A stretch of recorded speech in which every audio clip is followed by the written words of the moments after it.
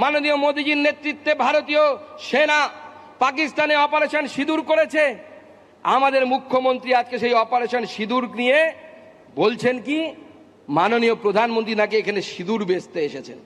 মাননীয় মুখ্যমন্ত্রী তথা তৃণমূল কংগ্রেসকে বলতে চাই, বেচাবেচির কারবারে ভারতীয় জনতা পার্টি বিশ্বাস করেন না।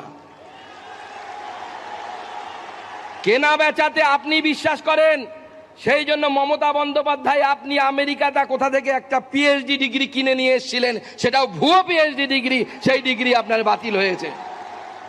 আমরা সিঁদুরকে মহিলাদের সম্মানের জায়গা মনে করি, আপনারা বারবার তৃণমূল কংগ্রেস এই সিঁদুরকে অপমান করছেন, আমাদের ভারতীয় সেনাবাহিনীকে অপমান করছেন। আপনার উত্তরবঙ্গের এক পুচকে নেতা সে সিঁদুর বেচার কথা বলছে, আর আপনার এক নেতা বীরভূমের মোটা নেতা, সে নেতা পুলিশের বাড়ির বউ মা তাদের সম্মান রাখতে দিচ্ছে না। লজ্জা লাগে না মুখ্যমন্ত্রী হয়ে?